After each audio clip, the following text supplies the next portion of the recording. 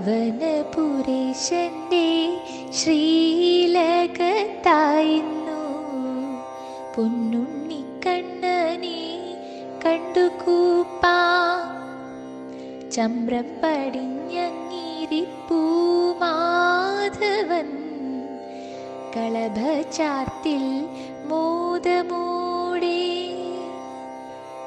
ഉണ്ണിതൻ വലതു കരത്തിലായി കാണാം ഏറെ പ്രിയമുള്ള പൊന്മുരളി.